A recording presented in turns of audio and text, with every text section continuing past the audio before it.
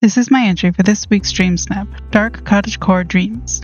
Now for this one, I really wanted to do something inspired by an old snap I never used. I loved it at the time, but it just felt too off-theme, and I've been wanting to do something based off it ever since. Now, nearly a year later, this felt like the perfect chance to try. To get those large bones framing the shot, I used the large sunlit plateau rock, and put them near the edge of the zone, which made the camera very annoying. I wanted to build at this weird angle in hope of getting the moon in the background on my shot.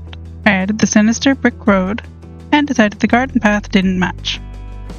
I wanted to use the musical mausoleum, so I put it on either side of the house.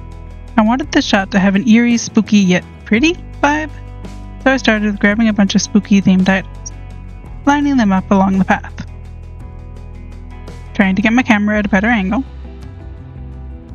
adding some Vitali mine lamps, and some mushrooms.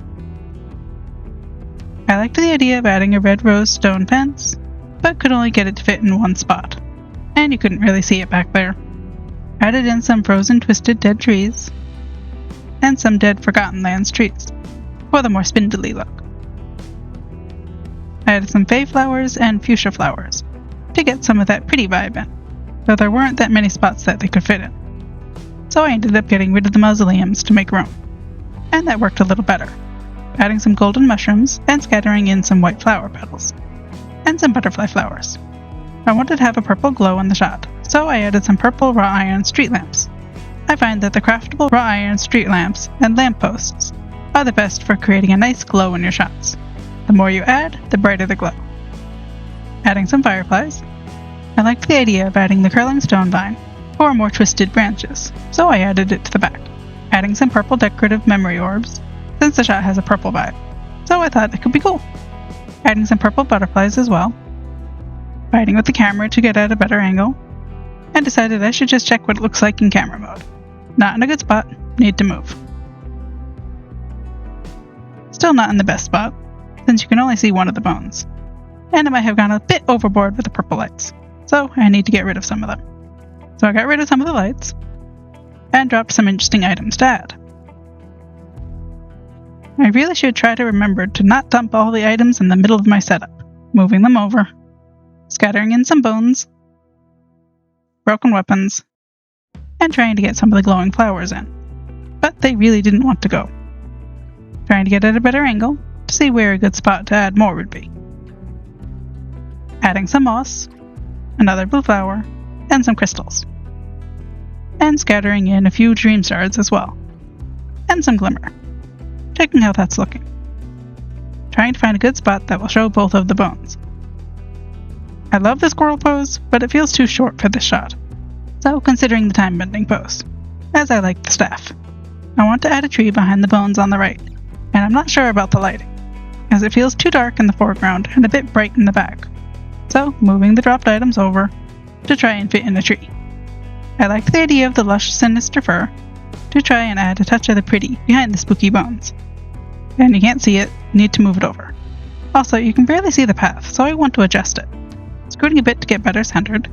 I thought the metallic flagstone tile was interesting, and kinda matched the other stone items. I didn't have enough to cover all of it, so I thought I'd try that for now. Adding some candles, and a tinkerer's lamp in the front, hoping to get some of its gold sparkles in the foreground. Adding some enchanted oil lamps, but it didn't want to fit, so I had to scoot some things around. Adding another lush tree, hoping that one will be seeable, and another further back, checking how that looks. I like how the tree looks, but I'm not feeling happy with the path. I decided I'm not really feeling the purple memory orbs, so getting rid of them. Or trying to, as the butterflies and fireflies are making it hard to click on anything else. Moving some butterflies aside, and tried to click around the others. It really didn't want to let me. Finally managed to click on the path, and swapped it for the stone slab path instead. I don't mind that, but it's too narrow, so I want to extend it out a bit. Trying to frame the Well of Souls, got rid of some of the fireflies that were in the way, fighting with the camera to get a better angle. And that's a good enough angle. The pathway is feeling better, though you can't really see the metallic flagstones, so cleaning up most of them. Adding some leaf pile rugs, and putting my butterflies and fireflies back. Shifting my lights around, checking how that's looking. That's feeling better, but I don't like the oil lamp on the right. I want to scoot it over, but that means I have to scoot everything else nearby. Got rid of one of the lights, scooted the fountain a bit, and it did not want to let me click on that oil lamp. Moved the butterflies again, moved the oil lamp as much as I could, tried to adjust the tree but it didn't want to fit at another angle, and decided I wanted to try the witchy cottage instead. It's bigger, so it didn't want to fit. Pulling out a bunch of items to try and get it to fit in, trying to get at a better angle, and I want to twist the house to be a little more straight, extending the path a little, and adding back some of the items.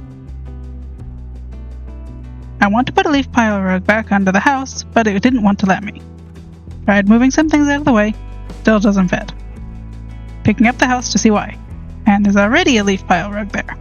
Moved the house aside to pull it out, and tried placing the house back, and had to find the exact placement it had. Adding the leaf rug, and some more lush trees. Trying to get at a better angle, and I want to twist the fountains a little more. Scooting the oil lamps a bit, and moving the crystal over. Checking how that's looking. I like that, but the fountains are not feeling even, so I want to move them. So I got rid of that tree, and shifted the fountain over, twisting it a little more. Scooted the right one back a bit, and replaced the tree, checking if that helped. And no, Gaston, you cannot be in the shot. That's feeling a little better, but I'm just not feeling the oil lamps, so I get rid of them. I liked the jungle vines, but they didn't really fit anywhere. And I wanted to add the vine lamp, but again, it didn't fit, so I had to scoot some stuff. Trying to fit one in on the other side as well. More item scooting. Still didn't fit. And a little more scooting. Still doesn't want to go. Scooting the tree, moving the mushrooms, and shifting more things around. Trying again. Nope. Trying a different angle. And it fits. That's feeling better, but since I moved a bunch of things, I need to scoot the smaller items over as well. So I got rid of the butterflies so I could click them, and adjusting placements. Scooting the pink flowers, adding some more white flower petals, scooting some candles and crystals, checking how that looks. And I like how that's looking, but I don't mind the idea of a slight close-up. And though the bones work to push the camera, they disappear when doing so, and I want them in the foreground. So I grabbed the Vizier's alchemy table and add it next to the flower. Scooting forward a bit, checking if that works. It's too far away. So I scooted the flower out of the way and bring the table closer, checking to see if the castle walls fit in there any better, since they can also push the camera forward, and they don't fit any better. I moved the table back, as I really would like the flower glitter in the foreground.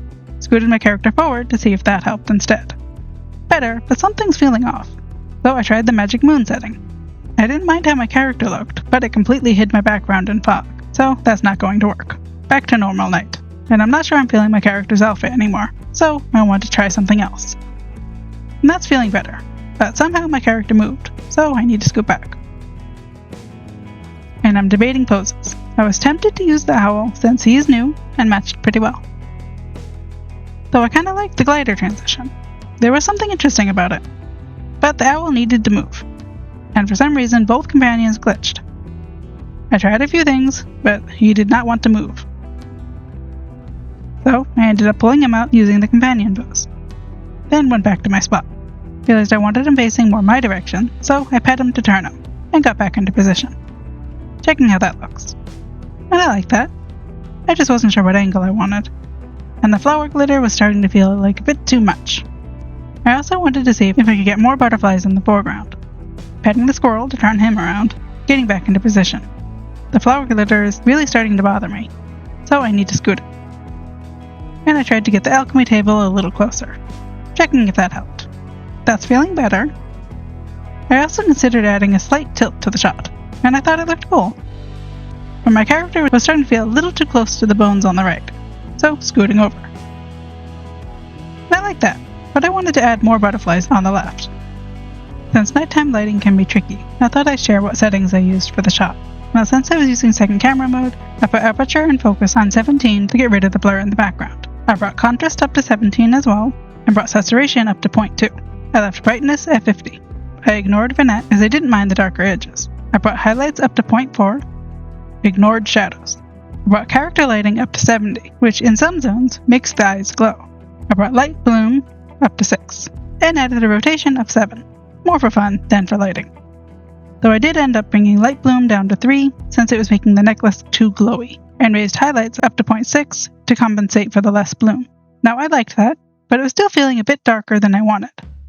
So I wanted to try a lighting transition to see if that would help. To do that, I adjusted the time of day to be at sunset, then moved it back to nighttime and took the shot immediately.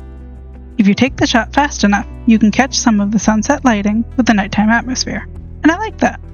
It felt like my character stood out more than she did with the nighttime lighting. Now I just need to catch good butterflies and the lighting transition. Took more than a few tries, but I love how it came out. If you're curious, this snap took about 3.5 hours to do. Thank you for watching the video. Please like it if you found it at all helpful, and subscribe if you want to see more like this.